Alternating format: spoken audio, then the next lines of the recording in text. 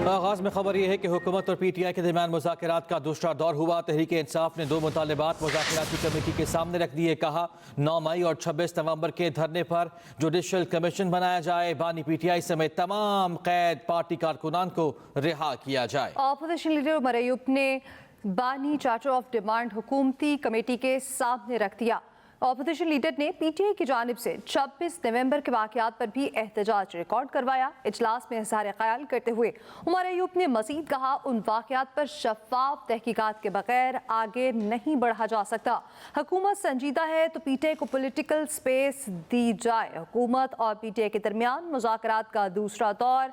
तहरीक इंसाफ ने 2 मुतालबात मुज़ाकराती कमेटी के सामने रख दिए और कहा 9 मई और 26 नवंबर के धरने पर जुडिशल कमीशन बनाया जाए, बानी PTI समेत तमाम कैद पार्टी कारकुनान को रिहा भी किया जाए। ऑपोजिशन लीडर उमर अयूब ने बानी चार्टर ऑफ डिमांड हुकूमती कमेटी के सामने रख दिया और ऑपोजिशन लीडर ने PTI की जानिब से 26 नवंबर के वाक़यात पर एहतजाज भी रिकॉर्ड करवाया है। इजलास से इज़हार ख्याल करते हुए उमर अयूब ने मज़ीद ये भी कहा कि उन वाक़यात पर शफ़ाफ तहकीकात के बगैर आगे नहीं बढ़ा जा सकता। हुकूमत संजीदा है तो PTI को पॉलिटिकल स्पेस दी जाए।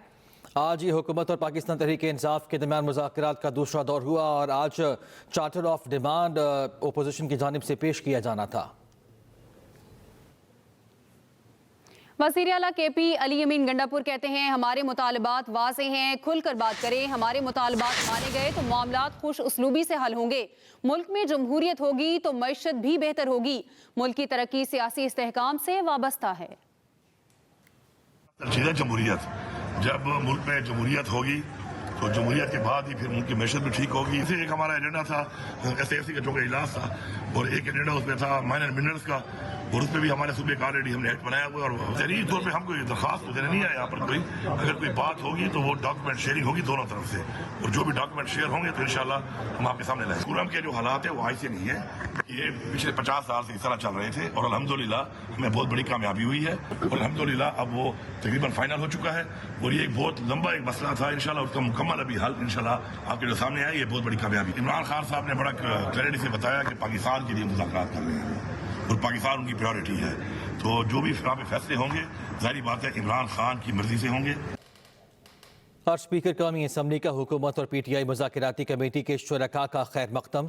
अयाज सादिक ने कहा कि मेरा किरदार बतौर एक सहूलतकार है। उम्मीद करता हूँ मुज़ाकराती कमेटी में शरीक फरीक़ैन मुज़ाकरात को मुस्बत अंदाज में चलाएंगे। मेरी कोशिश है कि दहशत गर्दी, मईशत और दीगर अहम इशूज़ को भी ज़ेर गौर लाया जाए। हमारी मीटिंग जो है वो अल्हम्दुलिल्लाह बड़े अच्छे माहौल में हुई। कुछ जो चीज़ें थीं जो डिस्कस हुई उसके ऊपर कुछ इम्प्लीमेंटेशन भी हुई है। दोनों साइड्स जो चाहती हैं, मेरा तो रोल मैं रिपीटेडली कहता हूँ एक फैसिलिटेटर का है और जो दोनों इतराफ़ के मेरे ऑनरेबल दोस्त चाहते हैं उसमें जो इश्यूज़ इस वक्त चल रहे हैं और फिर जो पाकिस्तान को चैलेंजेस दरपेश हैं उसको भी हम इसका इंशाल्लाह हिस्सा बनाएंगे, क्योंकि हम सब पाकिस्तानी हैं और हमारे लिए पाकिस्तान की अहमियत उतनी है जितनी ट्रेजरी की और जितनी अपोजिशन की है। सो हम लोग पाकिस्तान के जो इश्यूज़ हैं, जो टेररिज्म के इश्यूज़ हैं, इकॉनमी के इशू हैं, जो भी इश्यूज़ हैं वो भी हम अल्लाह ताला ने मौका दिया तो यहाँ पे उस पर बहस भी करेंगे। मुज़ाकराती अमल तवील होता है, 2 मुलाकातों से कुछ नहीं होता। रहनुमा PTI असद कैसर की मीडिया से गुफ्तगू। कहा अब बॉल हुकूमत की कोर्ट में है, देखेंगे क्या करती है। देखते हैं कि जिस तरह PTI ने एक गुड डिसीजन दिया है और मुलाकात के लिए तैयार हुए हैं, अभी हुकूमत की बाल जो है हुकूमत की कोर्ट में है कि हुकूमत की डिसीजन। अमनो अमान चैलेंज बन चुका। मुल्की तरक्की के लिए क़याम अमन नागुज़ीर है। दहशत गर्दी दोबारा सर उठा रही है, इसे कुचलना ज़रूरी है। वज़ीर आज़म शहबाज शरीफ का SIFC इजलास से खिताब। कहा पारा चनार अमन मुआहिदा खुश आइंद है। Security has become a challenge today. जब अफगानिस्तान में इंटरिम गवर्नमेंट आई, बेशुमार लोग छोड़े गए। मैं इसको ज़ाती तौर पर गवाह हूँ, मैं जानता हूँ। आज ही चैलेंज है, आज इसने दोबारा सर उठाया है, तो इसका सर कुचले बगैर हम अपना आगे नहीं बढ़ सकते।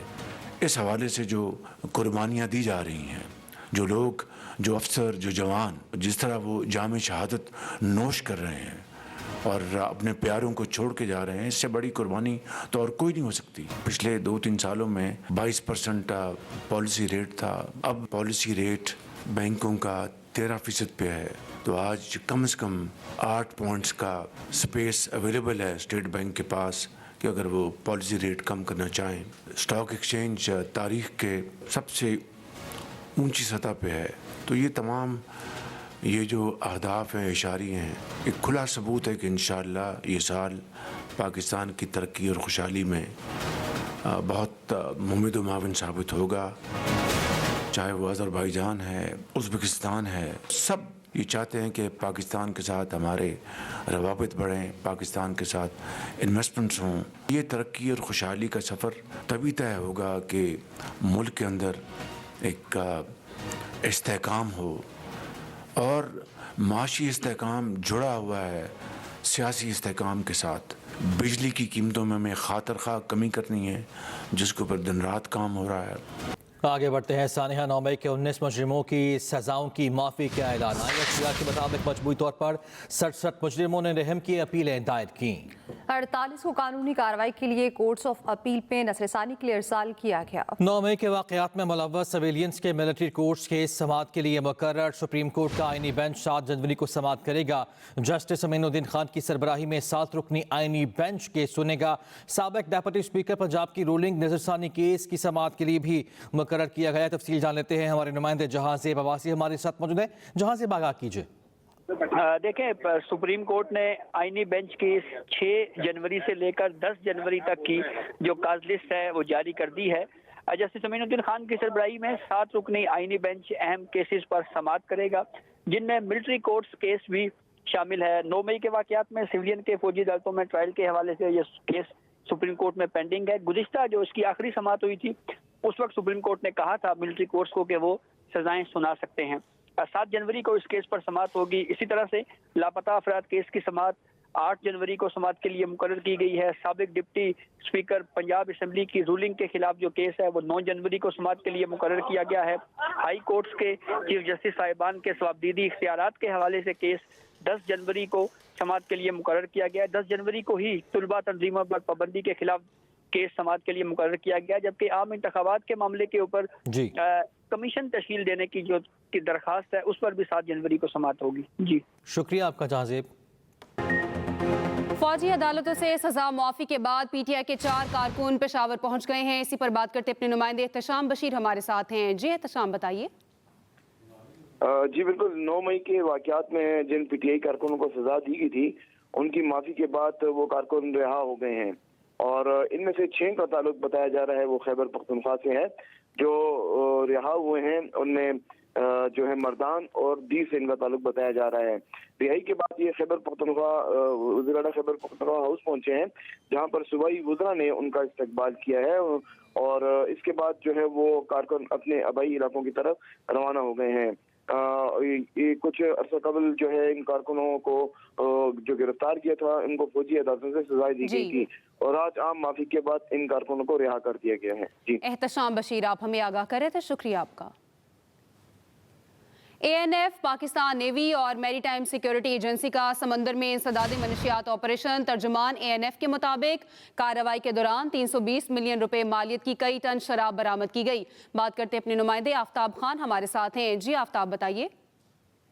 جی بالکل, اینٹی نارکوٹکس فورس نے کھلے سمندر میں جو ہے 9.5 کا پہلا بڑا آپریشن کیا, اور اس میں ANF کے ساتھ جو پاکستان نیوی اور میری ٹائم سیکیورٹی ایجنسی نے بھی حصہ لیا. اور کارروائی کے دوران سی فرنٹ ٹاسک فورس نے الرضا نامی پاکستانی کشتی کو روکا, اور اس کی تفصیلی تلاشی کے دوران کئی ٹن شراب جو ہے وہ قبضے میں لی گئی ہے, جس کی مالیت تقریباً 320 ملین روپے کے لگ بھگ جو ہے بتائی گئی ہے. کارروائی کے دوران کشتی پر سوار منشیات کے 6 اسمگلرز کو بھی گرفتار کر لیے گئے, اور ان تمام ارکان کو مزید تفتیش اور قانونی کارروائی کے لیے انسداد منشیات فورس کے حوالے کر دیے گئے. جی آفتاب, آپ کا شکریہ. اس کے ساتھ ہی نیوز ٹوڈے فی الوقت اتنا ہی. مزید خبروں اور اپڈیٹس کے لیے آپ وزٹ کر سکتے ہیں express.pk. اس کے علاوہ آپ ہمیں فیس بک اور ایکس پر فالو بھی کر سکتے ہیں. تو دیکھتے رہیے ایکسپریس نیوز اور رکھیے ہر خبر پر نظر.